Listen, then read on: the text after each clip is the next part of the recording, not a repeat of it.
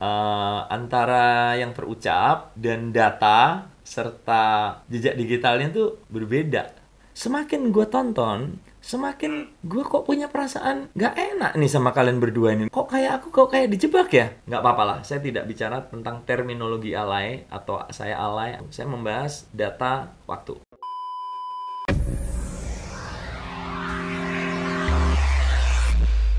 Sebelum lanjut nonton video ini, jangan lupa tekan tombol subscribe, nyalain loncengnya, like, dan share ke teman-teman kalian. Halo semuanya, masih mau hadiah? Masih akan ada banyak handphone Samsung dan iPhone 11 untuk kalian semua. Jangan lupa subscribe channel YouTube Ari Lasso TV dan channel YouTube Secepat Express.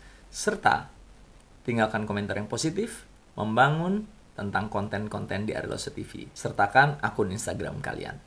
Halo teman-teman sebangsa dan setanah air dimanapun kalian berada, kembali lagi di Ari Lasso. Tapi konten kali ini agak sedikit berbeda dengan konten biasanya. Ini adalah konten pertama saya membuat sebuah video reaksi atau konten reaction atau video reaction lah istilahnya ya. Saya sendiri juga kurang paham. Menyangkut postingan dari postingan YouTube dari Deddy Corbuzier. Baru kemarin diposting. Yang salah satu yang judulnya adalah bongkar settingan Andre Taulany. Itu thumbnailnya begitu, dan judulnya adalah bongkar settingan mereka, bodoh amat dimusuhin Andre Taulany dan Ari Lasso. Ini bukan sebuah konten yang akan menyerang atau sebuah konten yang bagaimana, tapi akan saya coba menganalisa dari sudut pandang data, ya.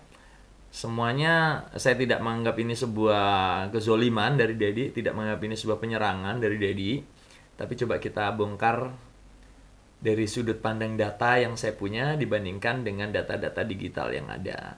Nanti kesimpulannya teman-teman sendiri yang akan memutuskan bagaimana sebenarnya yang terjadi. Oke? Tapi sebelum melangkah ke postingan Pak Deddy, ada baiknya saya menelpon salah satu yang terlibat langsung yang kebetulan bersahabat dengan saya meskipun sering usil-usilan, tentunya Pak Andre Taulany. Andre Taulany. Bener ya udah namanya udah bener itu. Andre Taulany. Memang Andre Taulany. Oke. Andre Taulany, saya coba telepon.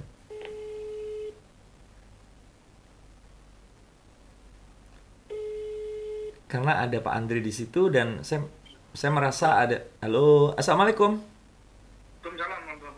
Boleh minta waktu 2-3 menit? Boleh. Mohon izin, ini aku rekam. Oke. Minal aidin wal faizin udah ya, kita kemarin udah ya, minal aidinan udah, parcel juga udah. Oke. Pak Andre, aku lagi bikin sebuah video nih. Video reaksi tapi tidak punya maksud atau tendensi apapun. Saya hanya ingin berbicara data tentang postingan Pak Deddy dan postingan Pak Andre kemarin. Nah, tentang yang kita di rumah Andre, di rumahnya Deddy kok gitu? Deddy Corbuzier. Itu. Boleh nanya sedikit nggak? Boleh. Kan ada lu juga di situ. Iya. Memang sudah dikasih tahu kalau ada aku di situ ya. Gimana Mas Ari? Deddy itu memang udah ngeset ngeset bahwa Andre nanti akan ada Ari Lasso gitu, atau memang kita dihubung? Enggak. Jadi gue bener-bener pengen syuting podcast sama Deddy, janjian sama Deddy gitu. Sama, gue juga posisinya begitu. Jamnya? 12:30. Oke, itu fakta ya? Fakta. Fakta 12:30. Aku diundang jam 11, tapi aku juga punya data bahwa aku jam 10:30 sudah siap berangkat, tapi mereka seperti mengulur-ulur waktu sampai akhirnya aku sampai di sana 11:50. Oke. Nah, mohon maaf sebelumnya aku tidak menuduh Pak Andre bersekongkol, berarti udah clear bahwa Pak Andre tidak bersekongkol untuk menjebak aku di situasi itu, oke? Berarti memang pure kesalahan teknis masalah waktu. Iya. Oke. Satu itu udah clear ya Pak Andre? Udah. Yang kedua boleh tanya. Halo? Gimana? Ya, Mas. Yang kedua, di video itu, di video yang kita bertiga dengan Pak Andre, kenapa kok Mas Andre kayak, lu kok kayak apa ya, kayak lebih berpihak pada Deddy gitu? Enggak. Kan kita ke situ sebenarnya kan kita nggak ada urusan loh. Saya nggak tahu kalau ada Mas Ari datang ke situ. Dan gue juga memang tadinya mau podcast sama Dedi. Nah, cuman karena keadaan kayak gitu, akhirnya mau tidak mau Dedi ngajak kita podcast bareng karena waktunya juga udah mepet. Harusnya sih itu jadwal gue dong, mau jadwal Mas Ari lagi. Tapi malah Dedi ngajak Mas Ari juga ke dalam. Jadi dua-duanya podcast kan. Itu kan akhirnya lu juga yang ngajak, ya udah kasihan lah. Gue inget kok ada datanya semua itu. Udahlah kasihan Mas Ari, kita ajak aja masuk. Akhirnya kita duduk bertiga. Itu udah clear lah masalah teknis di situ. Iya. Sebetulnya sih gue juga nggak mau jadi masalah di dalam podcast itu. Hanya menceritakan yang terjadi. Cuman kan emang Mas Ari mengeluarkan statement-statementnya juga banyak akhirnya memicu mulainya ini lagi keributan soal pereng-perengan kita gitu. Ada loh Pak Andre di situ bahwa aku menjelaskan kita berdua dituduh tidak bermutu oleh dia, ya kan? Iya, awalnya itu kan. Tapi kemudian Pak Andre, lu kayak semacam kayak malah akhirnya lu buang badan bahwa gua yang memulai, padahal kan bukan gua. Enggak, gue nggak buang badan, Mas. Kalau gue buang badan, gue gimana bisa ada di situ? Badan gue ke mana-mana dong. Bukan, maksudnya buang badan itu dalam arti tidak di side gua gitu. Kita berdua yang sedang dikerjain ibaratnya. Tapi kenapa kok kayak dari perjalanan pembicaraan kalian kompak sekali kayak berdua itu?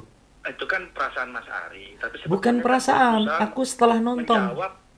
Aku menjawab apa yang ditanyakan Dedi. Ya kalau yang diklarifikasi sama Dedi betul semua, ya aku betulin dong. Aku bilang iya dong.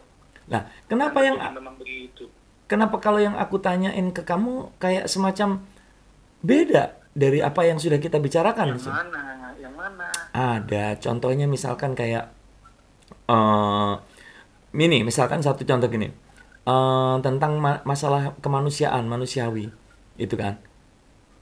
Nah, kamu membenarkan ke Dedi bahwa iya gak manusiawi gue taruh di luar gini. Padahal itu udah selesai banget masalah itu antara kita. Kenapa lu jadi ngipasin Dedi lagi?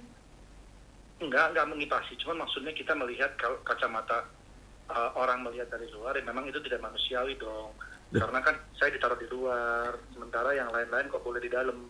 Tapi itu bukan bermaksud mau menyudutkan Mas Ari, hanya berbicara kondisi keadaan pada saat itu.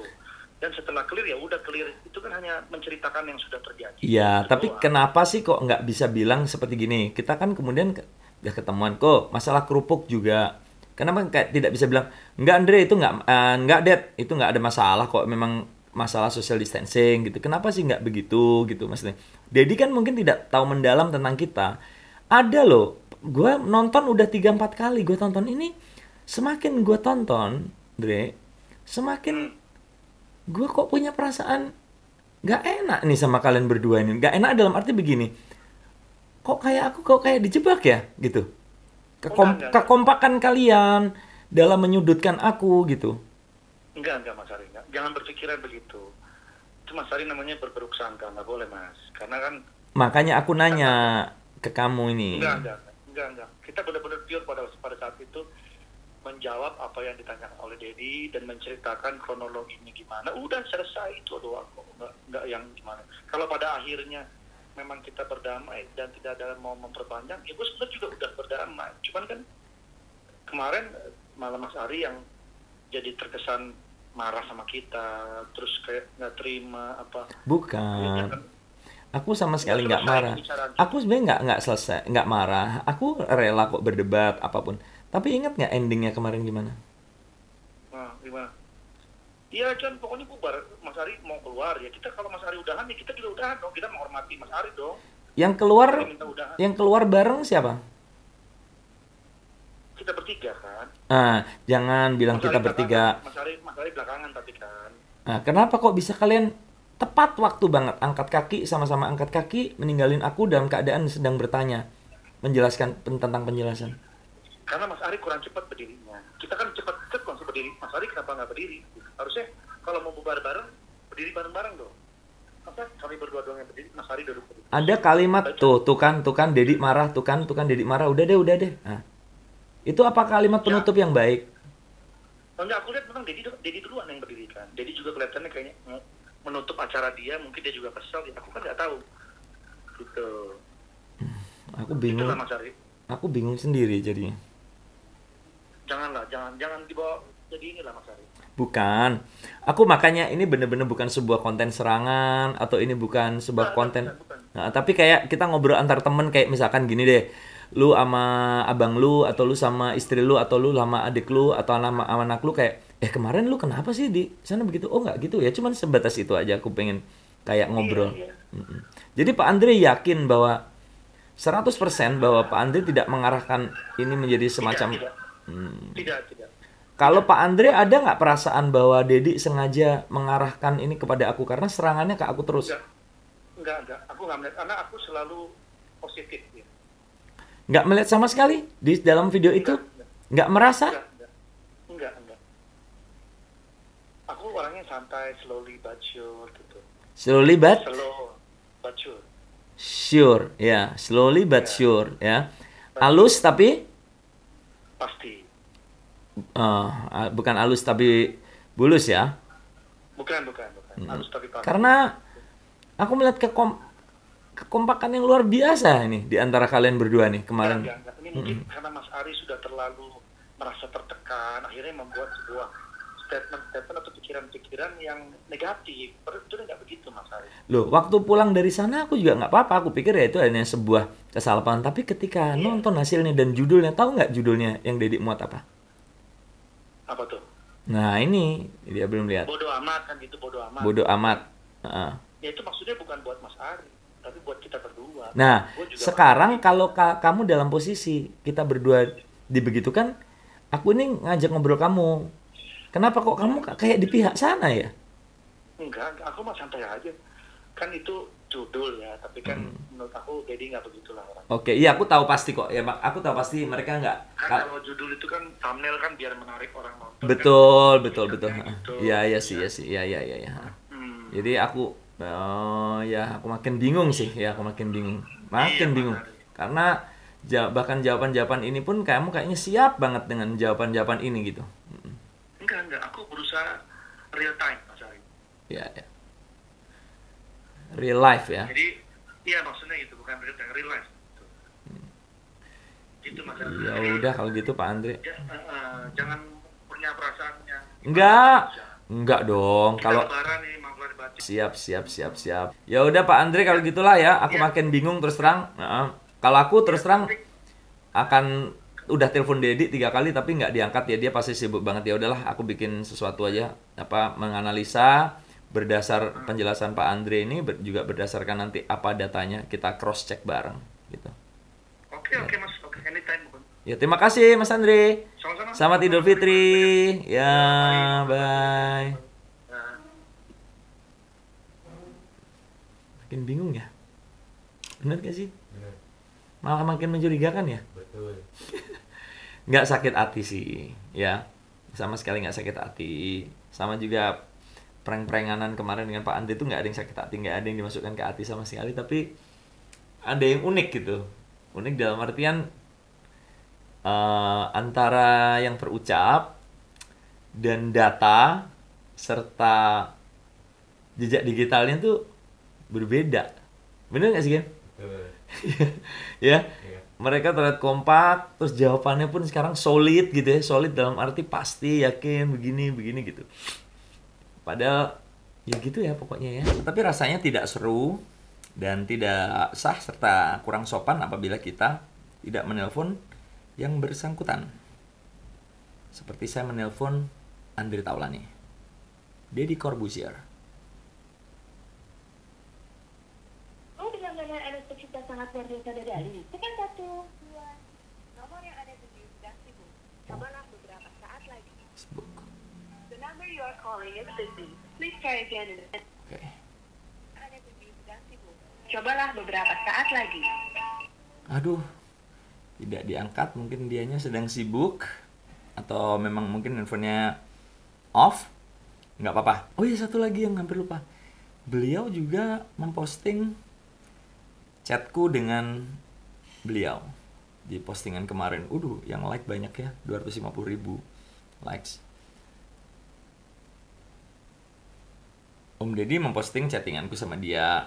Nggak apa-apa, itu lucu-lucuan sih. Menurutku lucu-lucuan aja. Mungkin bisa kita kupas dikit ya. Akan buka beberapa hal kecil aja tentang jam. Kita meluncur ke Ari Lasso. Telepon biasa saja. Wah, ada 2 nomor teleponnya guys. Aku dari dulu nomor 1. Saya telepon Deddy setengah 11 pagi. Kita janjian jam 11. Bener, nih. Nomor yang Anda tuju sedang Lagi nyukur kali ya? Tidak diangkat oleh Pak Deddy. Kali gedein, nggak diangkat. Kita telepon timnya ya. Halo, Mas. Wah, cepat Diangkat banget oleh diangkat sama timnya. timnya Pak Deddy. Oke, dalam pembicaraan itu ada kalimat ini. Rumahku ke tempatmu yang studio waktu itu kayak cuman 15 menit ya. It takes 15 minute lah. Oke, Nah, siap. jadi kabarin aku. Kabarin ya. Yuk, Mas. Yuk. Oke, jadi jam setengah 11 aku udah ngubungin dia. Untuk siap berangkat dengan baju lengkap segala macam untuk berangkat untuk podcast di tempat dia. Sehingga aku perkirakan jam 11 tepat. Tapi baru dikabarin aku nyampe di sana jam berapa? 11.50. Oke. Itu dari sudut pandang waktu ya. Jadi thumbnail Deddy yang bilang bodoh amat dimusuhin Ari Lasso dan Andre Taulany serta gue dibilang bongkar settingan dan alay. Nggak apa-apa lah, saya tidak bicara tentang terminologi alay atau saya alay, saya nggak mau bahas itu saya serahkan kepada masing-masing kalian. Saya tidak mau bahas terminologi itu, saya membahas data waktu. Saya berangkat dan kemudian sampai sana, ngobrol lancar, nggak ada masalah di tempat ngobrolan, semua berjalan baik. Saya digodain terus tentang hampers, saya digodain terus tentang bahwa konten saya tidak profesional. Nggak ada masalah, buat saya itu nggak ada masalah. Itu menjadi semacam masukan untuk saya dari Deddy yang subscribernya memang jauh lebih banyak dari saya. Oke. Tetapi di akhir acara tiba-tiba ini muncul, ini masih di konten saya ya, udah mulai menyerang-nyerang tentang prank-prank saya. Nggak profesionalnya di mana kata-kata profesional tuh lawannya amatir. Oke. Itu berarti video. Saya selalu dikritik, saya dibilang tidak profesional konten saya bilang tidak profesionalnya di mana? Minta penjelasan karena dia adalah salah satu YouTube guruku. Pembicaraannya tidak tuntas sampai tiba-tiba muncullah ini. Ya nggak apa-apa memang, tapi lu bisa nyapu kan? Bisa. Ya udah, bener dong. Oh, jadi habis gua lakukan apa sih? Itu namanya tanggung jawab. Oke, yuk masuk. Kayak tentara. Nih, tunggu. Loh, nih. Jadi tiba-tiba muncullah Andre Taulany. Explanation dari dari Andre Taulany juga udah kita dapatkan tadi via telepon. Sekarang kita meluncur ke YouTube-nya. Hafal banget. Siapa? Oke, mantap. Deddy Corbuzier. Top. Coba perhatikan teman-teman nanti thumbnailnya. Aku dikasih panah alay. Nggak masalah. Dia menganggap saya alay, nggak apa-apa. Terminologi alay pun buat saya masih awang-awang. Gue masih nggak ngerti siapa sih bedanya alay dengan remaja biasa, dengan orang remaja yang kampungan, remaja urakan, remaja tidak berpengetahuan. Itu saya kurang paham. Alay itu masuk yang di sebelah mana. Jadi gue nggak akan masuk ke ranah itu. Kita bicara fakta aja. Bongkar settingan mereka. Bodoh amat dimusuhin. Jadi memang ada tendensi dia membuat ini nggak peduli nanti kalau dimusuhin sama Ari Lasso dan Andre Taulany. Tapi menurut Pak Andre tadi nggak usah dipikirin mas, namanya juga judul. Betul sekali, tidak perlu dipikirkan. Jadi ini cara berteman yang unik menurut saya. Di dalam konten-konten ini Kan lagi puasa nih. banyak sekali hal-hal yang saya bahas tadi, kekompakan mereka. Salah satu contohnya misalkan aku yang diserang terus nih, lihat. Gue datang ke rumahnya jauh-jauh, panas. Nah, terus? Dia nggak ada. Karena gua ada. Ngumpet ternyata. Lu ngumpet. Dengan masang kamera jebakan semua. Dia ngumpet yang di lantai atas bukan sih? Iya, betul. Karena belajar dari dia masalah PSBB ya? Setuju. Oh. Betul. Iya. Jadi nggak salah dong dia. Iya nggak salah, gue juga nggak marah kok. Gue biasa aja. Oh ya nggak mau nemuin gue, lu di situ deh. Iya, yaudah kita ngobrol jarak jauh. Tapi gua lihat di Instagram lu marah-marah. Enggak. Iya. Tuh. Setiap Deddy melontarkan pendapat disambut dengan manis oleh Andre untuk kemudian bolanya dilemparkan ke aku ya game ya. Selalu begitu sampai selesai. Itu kalian bisa tonton langsung sampai terakhir selesai, lihat cara mereka menyelesaikannya. Kayak beli jam. Nah, Ada jam tangan yang kalau kita beli investasi bisa untung, ada jam Ada tangan yang hancur aja hancur kalau kita aja. beli. Lu kan kolektor jam tangan. Tapi jujur gua jual-jualin. Nanti gua Kenapa? Di saat akhir mereka ngobrol sendiri, kompak sekali ngobrolnya. Ngobrol yang dari mulai harga tanah, harga jam tangan, ngelantur. Ya, aku berusaha sabar mendengarkan. Endingnya, Maksud lu yang gua ngomongin tuh gak ada ilmunya gitu. Bukan gak ada ilmunya, ini berisik banget ini. Dua ini di sini. Ya udah copot aja. Copot aja, nggak usah marah-marah. oke. Ketika saya merasa headphone saya berisik, mereka bisa kompak sekali. Ya copot aja. Kompak deh. Pokoknya kalau Andre begini, Dedi akan begini. Andre begitu, Dedi akan begitu. Oke? Buat saya nggak masalah juga. Tapi terus terakhirnya yang lucu sih buat gua. Yang kata Andre tadi, gue telat berdiri katanya. Aku bilang di situ, daripada aku ganggu setelah peristiwa keributan tadi, aku izin keluar aja, nggak ada masalah gitu kan. Daripada aku ganggu, aku mau izin keluar gitu loh, maksudnya sekalian. Tuh, aku Ya, izin kita masih keluar. kawan, lu keluar kita keluar. Iya, masalah keluar kita. Kalau lu ngancurin podcast gua nggak apa-apa lah. Nah, tuh. Kok dia Tuh, kan? Dituduh menghancurkan podcast. Ngobrol. Dan saat itu juga Andre dengan reaksi yang sangat cepat bisa kompak loh. Tuh kan, Dedi jadi kesel kan? Masalah sih. Apa? Masalah gitu kan. Ini selesai dah. Di situ Andre tidak berusaha mengclear, bentar Dad, nggak gitu maksudnya Mas Ari, kan bisa gitu ya game-nya, bener nggak sih? Ya, bener kan, kayak tuh kan Dedi marah, nggak gitu Dad, gitu mestinya gitu. Tapi dia langsung yang berdiri pertama malah Andre. Dia langsung berdiri tuh, Mas Ari gitu. Dia menyalahkan aku. Udah selesai. Sudah. Udah. Cukup segitu. Itu tadi data digital, jejak digital bahwa keberangkatanku yang dituduh terlambat dan tidak profesional itu tidak. Dan ingat, di thumbnailku dan juga judul YouTubeku itu postingannya berupa pertanyaan. Tidak profesional, Ari Lasso atau Deddy Corbuzier. Tapi Deddy Corbuzier sebaliknya. Bodoh amat dimusuhin Andre Taulani dan Ari Lasso. It's a great content.